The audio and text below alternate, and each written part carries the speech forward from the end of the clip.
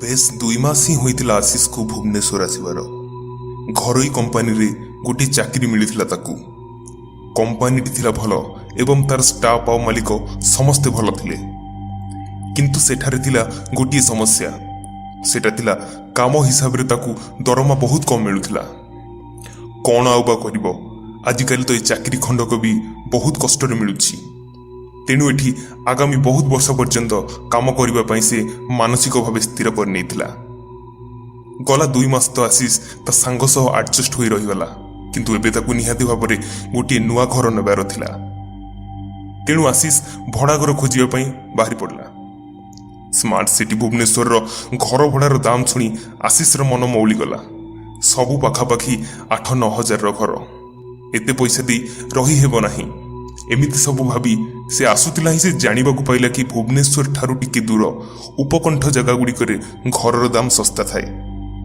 टिके दूर हेले भी चलिबो, कारण बाइक रे ऑफिस आसिबाकू असुविधा हेबो नाही।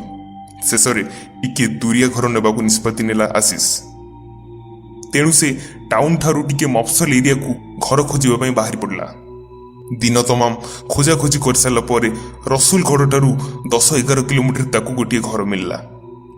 गोटे 2 महला विशिष्ट घर थिला सेटा। घर सामना रे लिखा होइतिला टू लेट एवं घर मालिकर फोन नंबर। घरटी देखिबाकू सेते पुराना लागु नथिला, लागुतिला सते जेमिति 5-6 वर्ष पुराना घर। किंतु सेही घरटी रे केही रहु नथिले, जहाकी तार गेट रे पड़िथिबा बड़ गोटे तालारु जणा पडुथला। दिन सारा बुलिबा परे घरटी काईके जानी आशीष को बहुत भल लागिला। तेणु गेट रे लागिथिबा नंबर रे से मालिक सह जोगाजोग कला। मालिक सह कथबार्ता होई से जानला जे से घरे मालिक रुहे नहीं, बरम एही घर ठारू पाखापाखि 2-3 किलोमीटर दूर रे एक अलगा घरे रुहे। फोन ने कथबार्ता परे मासकू 4000 घर भड़ा देबा पे निष्पत्ति हला। किछि समय परे मालिक आसी आशीष को घर दिखाई देला एवं किछि सिक्योरिटी पैसा नहीं चली गला। 2 दिन भीतर ही आशीष सेटा को शिफ्ट होई गला। घरटी भीतर थिला बेस चकाचक। 2टी बेडरूम, किचेन एवं लैट्रिन बाथरूम सबु थिला सेठारे।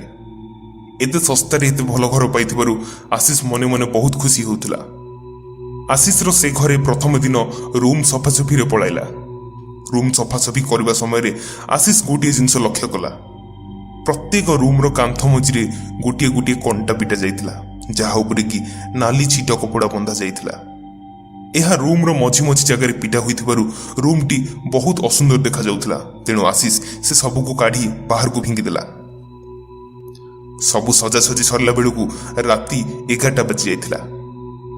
सेदिन आशीष बहुत थकी जाइथिला, तेणु ताकू सोइबा पई जमारू भी चेष्टा करबाकू पड़ला नाही। सेमिति चेयर बसी बसी ही सोई जाइथिला आशीष। राति पाखापाखि गोटाए हेबो। आशीष चौकी जोर रे तले कचाड़ी हुई पड़ला। ताकू लागिला सते जेमिति ताकू किए धक्का दे देला। बोधे हुए भारसाम्य हराई पड़ी जाइथिबी, एमिति भाबी आशीष निदरे जाई निज बेड रे सोई गला। सकाळ होला एवं आशीष निज ऑफिस को चली गला। दिन सारा ऑफिस रो काम परे आशीष निज घर को संध्यारे फेरिला। कबाट खोली आशीष जहा देखिला ताकू बहुत आश्चर्य लागिला। तार सबू ड्रेस कपड़ा एणे तेणे होई रूम सारा बिछे होई रहिथिला। किंतु गला राति तो से सबू कपड़ा गुड़ी को सजाई रखिथिला। तबे एमिति कोन पाई हैला? बोधे हुए झरका पटू कौन सी बिले आसी सबू एणे तेणे करी पकाई देछि। तेणु काली ऑफिस जीवा पूर्वरु झरका बंद कर जीवी, नहले सबुदिन से बिले आसी एमिति करिवो। एमिति सबू भाबुथाए आशीष। राति खाइबा खाइसारी आशीष सोइबा पई निज रूम को चलीगला। पाखापाखि राति 2टा। आशीष रो निद अचानक भांगीगला। दुम दुम हबार शब्द ऊपर महलार आसुथिला। शब्दरू एमिति लागुतिला सते जेमिति केही जणे मनीष ऊपर महलार चलुछि। शब्दटी किछि समय चलुथिला एवं पुणी किछि समय पई रहि जाउथिला। काले केही चोर पसितबो एहा भाबी आशीष टॉर्च धरी जोर रे ऊपर महला को दौड़ी चलला। बहुत खोजाखोजी पर मध्य से काहाकू पाइला नाही। एतिक मध्यरे ता रूम रु जिनिस पत्र पड़िबार शब्द आसिला। ସେ ଯାଇ ଦେଖେ ତ ତାର ସବୁ ଜିନିଷ ପୁଣି ଏଣେତେଣେ ହୋଇ ପଡ଼ି ରହିଯାଇଛି। ଆଶିଷ ନିଜ ରୁମ୍ର କୋଣ ଅନୁକୋଣ ଯାଞ୍ଚ କଲା, କାଳେ କେହି ଲୁଚି ରହିଥିବ, କିନ୍ତୁ ସେଠାରେ କେହି ବି ନଥିଲେ। ସେଦିନ ଆଶିଷକୁ ଡର ଲାଗୁଥିଲା, କାରଣ ସେହି ବିଲ୍ଡିଂରେ ସେ ଏକା ହିଁ ରହୁଥିଲା। ସେଦିନ ସେ ହାତରେ ଗୋଟିଏ ଠେଙ୍ଗା ଧରି ରାତି ସାରା ନ ଶୋଇ ଅନାଇ ରହିଲା ସେ ଚୋର ବାହାରିଲେ ତାକୁ ପିଟିବା ପାଇଁ। ସକାଳ ହୋଇଗଲା, କିନ୍ତୁ ସେ ଘରେ ଆଶିଷ ବ୍ୟତୀତ ଆଉ କେହି ଥିବାର ଜଣାପଡ଼ିଲା ନାହିଁ। ସେଦିନ ଆଶିଷ ଭଲରେ ଶୋଇନଥିବାରୁ ତାର ମୁଣ୍ଡ ପ୍ରବଳ ବିନ୍ଧୁଥିଲା। ତେଣୁ ଅଫିସରୁ ହାଫ୍ ଛୁଟି ନେଇ ସେ ଘରକୁ ଆସିଗଲା। କିଛି ଖାଇ ନିଜ ବେଡ୍ରେ ଯାଇ ପଡ଼ିଗଲା ସେ। 2 ପହର ତାକୁ ନିଦ ଭଲ ହୋଇଗଲା। ଉଠିଲା ବେଳକୁ ସନ୍ଧ୍ୟା 5ଟା। ତାକୁ ନିଜ ବେଡ୍ଟି କାହିଁ ବାଲିଆ ବାଲିଆ ମନେ ହେଲା। ବେଡ୍ ସାରା ବାଲି ବିଛେଇ ହୋଇ ପଡ଼ିଥିଲା। ଲାଗୁଥିଲା ସତେ ଯେମିତି କେହି ଜଣେ ଖାଲି ପାଦରେ ତା ବେଡ୍କୁ କୁଦାଦଳା କରିଛି। ଘର ଭଡ଼ା ନେବାର 2 ଦିନ ହିଁ ହୋଇଥିଲା। ଏହି ସବୁ ଘଟଣା ଗୁଡ଼ିକ ଆଶିଷର ଚିନ୍ତା ବଢ଼ାଇ ଦେଲା। ସେ ବୁଝିପାରୁନଥିଲା ସେଠି ତା ସହ କ'ଣ ହେଉଛି। ସେ ସେଇ ଘରକୁ ଆସିବା ଦିନଠାରୁ ହିଁ ଏମିତି ଅଦ୍ଭୁତ ଜିନିଷ ତା ସହ ଘଟି ଆସୁଥିଲା। ଆଶିଷ ସେହି ସବୁ ଜିନିଷ ବିଷୟରେ ବେଶୀ ନ ଭାବି ସେଠି ଶାନ୍ତିରେ ରହିବା ପାଇଁ ଚେଷ୍ଟା କଲା, କାରଣ ଏହି ଘରଟି ତା ପାଇଁ ସବୁ ଦୃଷ୍ଟିରୁ ଭଲ ଥିଲା। ଦିନ ବଢ଼ି ଚାଲିଲା ଏବଂ ଆଶିଷକୁ ପ୍ରତି 2-3 ଦିନରେ ଥରେ ଏମିତି ଅଦ୍ଭୁତ ଜିନିଷ ଦେଖିବାକୁ ମିଳୁଥିଲା। କେବେ ଅଧା ରାତିରେ ବାଥରୁମ୍ ଟ୍ୟାପ୍ ଖୋଲିଯିବା, ତ କେବେ ଖାଇବା ଭିତରୁ ଚୁଟି ବାହାରିବା। ଧୀରେ ଧୀରେ ଆଶିଷ ଜାଣିସାରିଥିଲା ଯେ ଏ ଘରେ କୌଣସି ଆତ୍ମାର ଛାୟା ଅଛି, କାରଣ ବାରମ୍ବାର ସେହି ଜିନିଷ ଗୁଡ଼ିକ ସେହି ଘରେ ହେଉଥିଲା।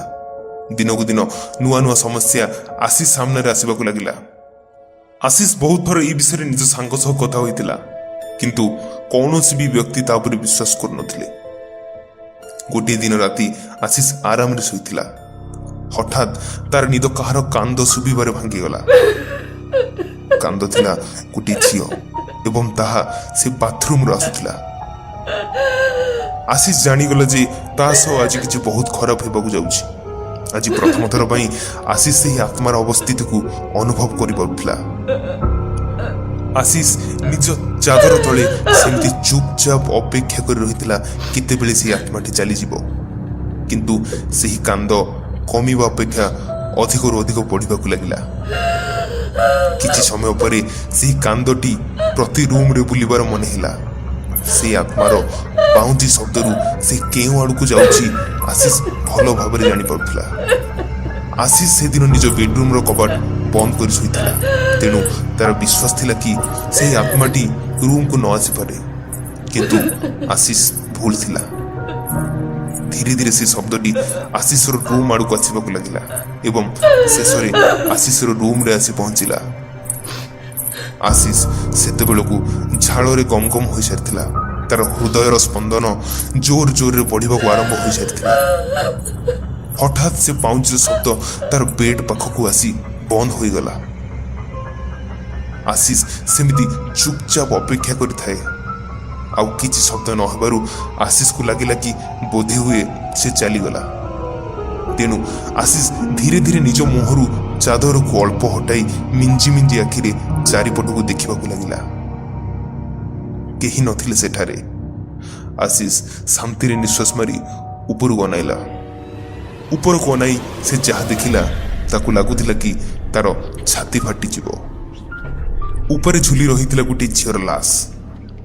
ଆଶିଷ ଆଉ କିଛି ନ ଭାବି କେମିତି କରି ସେଠୁ ଖସିବାରେ ସକ୍ଷମ ହେଲା। ସେଇ ରାତିଟି ଆଶିଷ ତାର ସାଙ୍ଗ ରୁମ୍ରେ ବିତାଇଲା। ତା ସହ ଯାହା ସବୁ ହେଲା ସେ ସବୁକୁ ସେ ଘର ମାଲିକକୁ କହିଲା।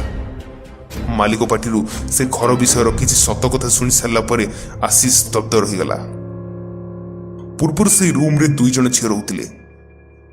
ସେଥିରୁ ଜଣେ ସୁଇସାଇଡ୍ କରିବା ପରେ ତାର ସାଙ୍ଗକୁ ତାର ଆତ୍ମା ବାରମ୍ବାର ଦେଖାଦେଉଥିଲା ଏବଂ ବାଧ୍ୟ ହୋଇ ସେ ଝିଅଟି ଘର ଛାଡ଼ିଦେଲା।